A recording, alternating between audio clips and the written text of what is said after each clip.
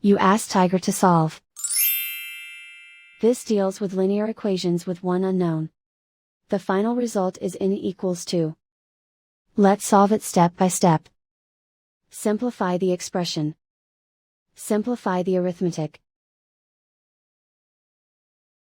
Group all in terms on the left side of the equation. Add 10n to both sides. Group like terms. Simplify the arithmetic.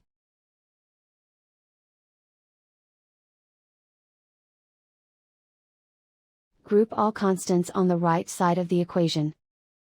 Add 10 to both sides. Simplify the arithmetic.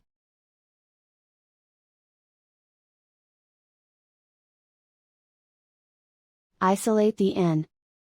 Divide both sides by 5. Simplify the fraction.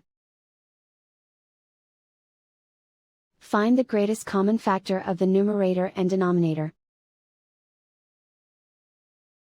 Factor out and cancel the greatest common factor.